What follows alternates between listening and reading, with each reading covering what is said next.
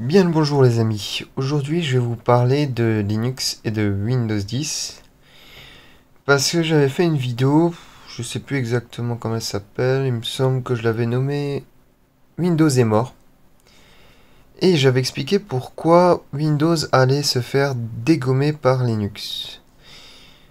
Le truc c'est que maintenant il y a de l'eau qui a coulé sous le pont et j'utilise massivement Windows 10 et c'est le système d'exploitation que j'installe sur tous les PC qui passe sous ma main.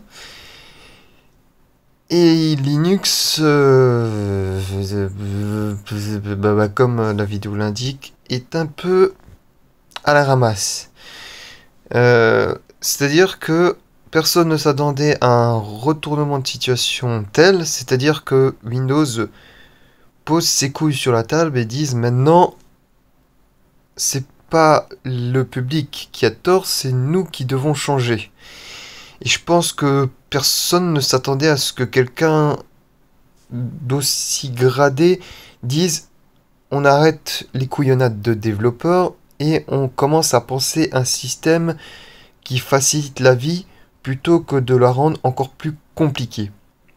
Euh, un exemple très concret, tout le monde a un travail et la journée on bosse H24 et le soir on rentre, on est crevé. Et le soir on n'a pas envie de s'amuser à passer par une ligne de commande pour aller faire un truc très simple, imprimer un bout de papier ou tout simplement aller télécharger un programme, etc. ou vérifier les mises à jour. Tout ça, après une dure journée de travail, on n'a vraiment pas envie de devoir apprendre encore un truc supplémentaire. Parce qu'on est crevé, on est humain. Et ça, Windows s'est dit, enfin chez Microsoft, ils se sont dit, ben on va faciliter la tâche, on va automatiser un maximum de trucs. Ça nique la vie privée, évidemment. Mais d'un autre côté, les gens n'en ont rien à foutre. Ils s'en foutent de leur vie privée. C'est-à-dire qu'eux, ce qu'ils veulent, c'est aller sur leur site de cul, ou site d'information, ou jouer à des jeux, je sais pas, Candy Crush ou tout autre jeu à la con, en ayant le moins d'étapes pour parvenir au bout de ce qu'on veut faire. Et ça, c'est encore un des gros points faibles de Linux. C'est-à-dire qu'il n'y a pas... Linux, son principe, c'est que tout le monde peut faire ce qu'il veut. C'est très bien, hein. Honnêtement, c'est super bien. En revanche, cela fait que la plupart des projets sont complètement anarchiques. Ça part dans tous les sens, il n'y a pas vraiment de réflexion sur l'utilisation de ce que les développeurs eux-mêmes proposent. Ils se posent pas la question ce que la personne va en faire, ni comment est-ce qu'elle va appréhender l'utilisation du système. Et du coup, ça fait que quand on installe un système, enfin une distribution Linux, on se dit toujours, ah, il y a des bonnes choses, hein. Mais dommage qu'ils n'ont pas fait ce que le voisin a fait. Euh, on- c'est très parcellaire, c'est-à-dire qu'il y a certaines choses qui sont bien, d'autres qui sont à chier. On aimerait bien avoir certains bouts de chaque distribution qui soient combinés en une seule pour avoir quelque chose de cohérent. C'est-à-dire qu'on n'est pas à passer par ligne de commande, on n'est pas à vraiment réfléchir sur ce qu'on doit faire, ni aller sur Internet comprendre comment est-ce qu'on doit simplement aller imprimer un bout de papier depuis une imprimante. Ce qui se fait très facilement chez Windows. Vous voyez l'imprimante en réseau local, généralement vous double-cliquez dessus. S'il n'y a pas les drivers qui sont installés, ben, il va aller automatiquement les chercher. Ou sinon, vous avez un CD où il va détecter, il va vous dire, ah bah, faut aller là et vous allez télécharger ceci, etc. Ce qui est en gros très logique puisque enfin Microsoft est une grosse boîte, donc les constructeurs eux-mêmes vont aller donner les drivers à Microsoft pour qu'ils aillent le télécharger eux-mêmes. Et je me rends compte qu'il fait très noir. Enfin bon, bref, c'est pas grave. Ce qui n'est pas le cas chez Linux, puisque il n'y a pas vraiment de grosses... Enfin, il y a quelques institutions, enfin associations. Il y a la Free Software Foundation. Foundation. Fondation. Ouais. Prononciation encore mal. euh, qui a pour but de récolter des sous, ensuite de le redistribuer à des projets de développement. Mais ça reste encore balbutiant parce que tous les projets libres n'ont pas rejoint cette association. Il y a encore plein d'autres associations qui, de leur côté, gèrent ça encore d'une autre manière. Bref, il n'y a pas vraiment de grosses structures qui permettent d'identifier Linux très rapidement et de pouvoir proposer une solution euh, multinationale et multiple. En fait, c'est-à-dire vous proposez un seul truc et ça s'adapte à tout. Et c'est là encore le souci. C'est vraiment un des gros points faibles de Linux, c'est que c'est trop parcellaire et donc ça décourage les utilisateurs lambda et aussi les entreprises. Faut dire que même si les entreprises font un effort, ça a un coût réel. C'est un investissement où il n'y a pas forcément de retour. En revanche, si vous filez des drivers à Microsoft, ça vous, ça vous donne une, une ouverture quant à l'achat de matos que vous avez produit. Voilà. Alors que chez Linux, c'est pareil, il n'y a pas de garantie du tout. Et on a beaucoup moins, il y a beaucoup moins de retours financiers. Donc pour une entreprise, c'est toujours bon, bah, parce qu'on va développer un truc dont on n'est même pas sûr, de l'utilité. C'est vraiment un truc qui se pose comme question. Et c'est vraiment un des défauts.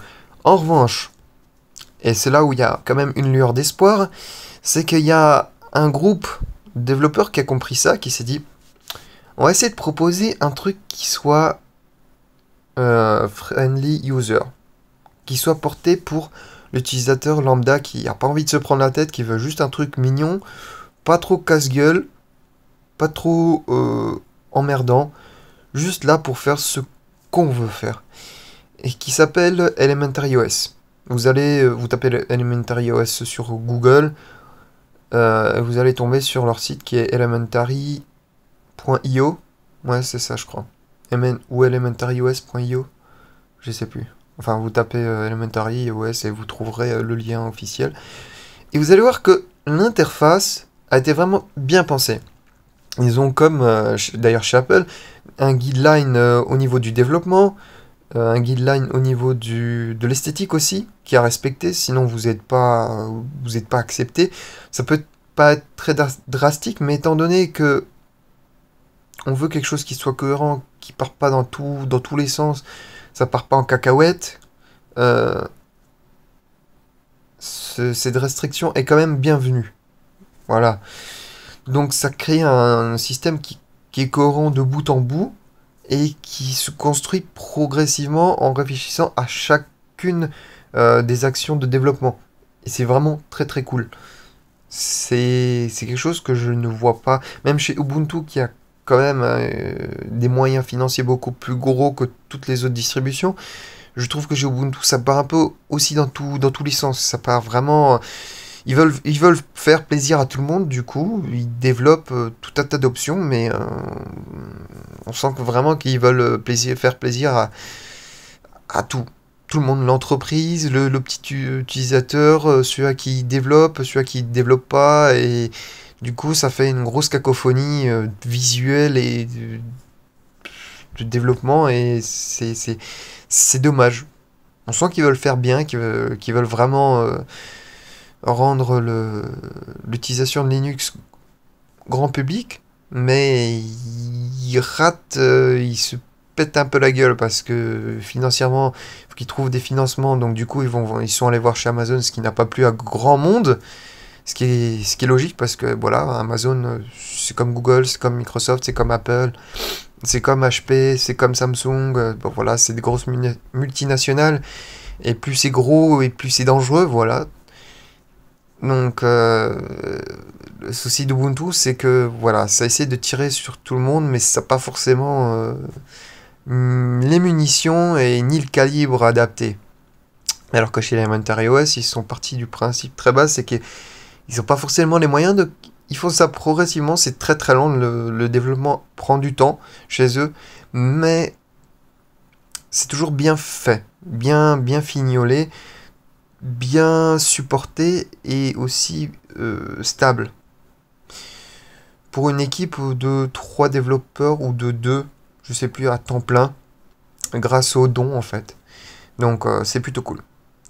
Voilà, c'était une vidéo qui rappelle que voilà, la bataille n'est pas terminée, que Microsoft s'est enfin sorti les doigts du cul et que ça devient intéressant ou dangereux. Dangereux dans le sens où Linux va prendre un sacré coup, mais intéressant dans le sens où bah maintenant, soit Linux se réveille, il y a des groupes de développement qui vont se mettre en place pour pouvoir faire quelque chose de concurrentiel, ou alors c'est la fin, voilà.